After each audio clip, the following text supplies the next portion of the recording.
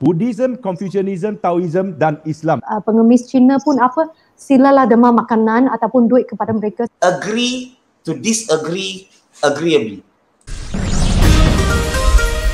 Kita nak dengar last word daripada setiap panel. Kita mula dulu dari Apek Cina, silakan. Okey. Kita tajuk hari ini tentang Tahun Baru Cina.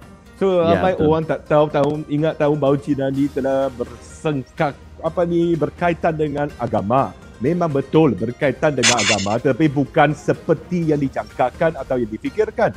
Dia dikaitkan dengan agama berdasarkan ada agama masing-masing. Di negara tanah besar Cina tu, pada dulu seketika zaman dinasti Tang tu 4 agama utama. Nombor 1 Confucianism, nombor 2 Taoism, nombor 3 Buddhism, nombor 4 Islam. So dalam buku-buku kuno zaman dinasti Tang, kalau bila kita sebut agama utama di China, Buddhism, Confucianism, Taoism dan Islam. So tiap-tiap kaum, tiap-tiap bangsa dia ada cara tersendiri untuk menyambut Tahun Baru Cina. Jangan segan, jangan apa, jangan ingat ini adalah adat atau perayaan keagamaan.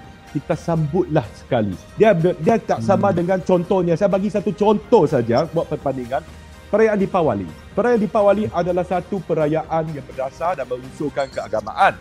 Perayaan Thaipusam juga. Perayaan Aidilfitri. Ini adalah unsur-unsur agama. Tapi Tahun Baru Cina itu adalah untuk membuat satu marking. Buat satu penanda hari pertama dalam musim bunga di bulan kalender yang berasaskan bulan. Itu saja. Ini kesimpulannya kepada semua penonton bahawa signifikasi penyambut sambutan Tahun Baru Cina. Sambutan Tahun Baru Cina signifikasi nombor 1 dia berjumpa dengan ibu bapa, dengan ahli keluarga. Kita kata reunion, Tuan Yuan menjadi bulat. Penyatuan yang menjadi satu bulatan. So makanan itu, makan apa tak penting, buat apa tak penting. Yang pentingnya kita sayang kepada ahli keluarga, kita sayang kepada jiran-jiran kita, kita menghormati antara satu sama lain. Itulah signifikasi kita masih menyambut perayaan ini. Sekian. Masya Allah. Thank you Apek Cina. Dr. Su, please, your words. Bagi saya, sebab tahun ini agaklah susah sikit bagi semua orang. Saya tahu pandemik yang melanda semua ini. Saya nak berkongsi bahawa tak payah makan besar banyak, makanlah sederhana. Dan jikalau anda ada lebihan, silalah demar. Sebab kadang-kadang janganlah kita hanya fikirkan diri sendiri. Sebab Tahun Baru Cina ini juga, saya tahu bahawa banyak yang suka kemewahan semua benda, tapi banyak yang sedang susah. Jadi saya memang faham, sebab bila saya datang ke Sepanyol pun, bila saya tinggal 1 euro pun, masa itu saya makan tepung, saya memang rasa. Saya memang dah lalui semua ini sebelum COVID. Jadi saya memang faham rasa yang orang-orang yang tak dapat makan besar untuk sempena Tahun Baru Cina ini, dan juga mungkin ada banyak yang hilang kerja atau apa, tapi kita berharap bahawa tahun ini merupakan tahun lembu kan. Jadi tak kira apa pun, kita kena bertungkus lumus dan kita kenalah degil dalam berjaya.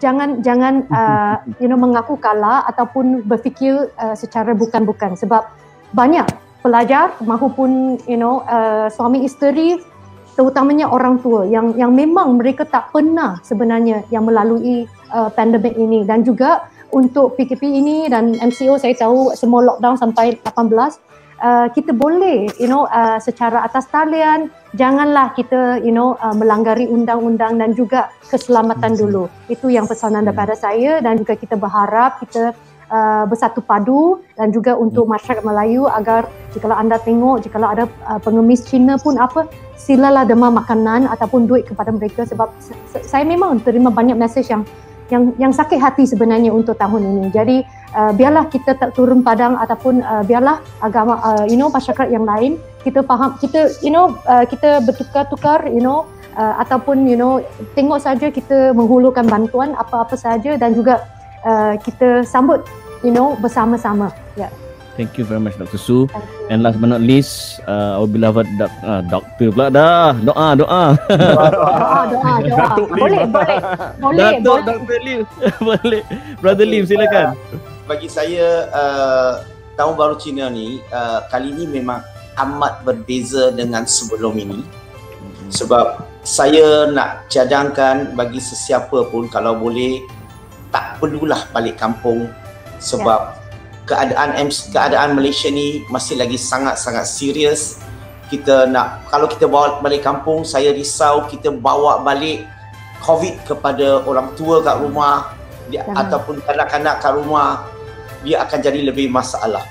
So bagi saya, ambil peluang ini, kita juga boleh orang kata apa, bersama, kita juga semua boleh buat Zoom dengan ahli keluarga kita. Macam kita bercakap sekarang, kita boleh buat Zoom, okay? Kita boleh buat call dan sebagainya. Itu satu. Yang kedua, ambil peluang ini untuk banyak berkomunikasi melalui social media dengan kawan-kawan yang jauh.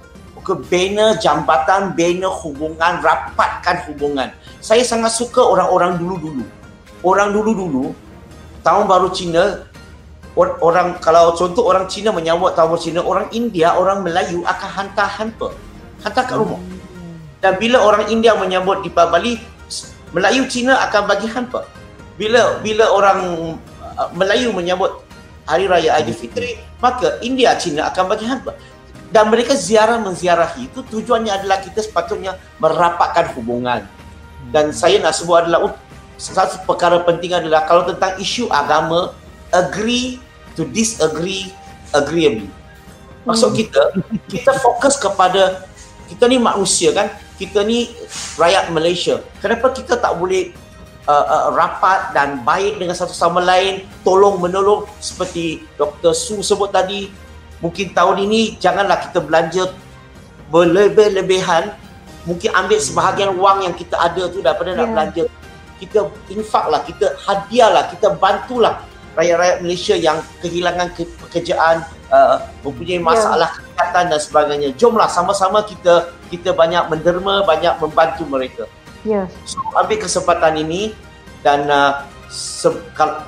saya nak ambil kesempatan juga nak ucap, kalau tak sempat sebelum ini, ucapkan kepada semua rakyat Malaysia yang akan menyambut Tahun Baru Cina, 新年快乐，身体健康，万事如意。 Thank you Apek. Thank you Dr. Su. Thank you Brother Lim. Love you all and Kong Hee Fat Choi. Semoga tahun ni lebih baik untuk kita semua, insya-Allah. So all the best. Amin. Love you all.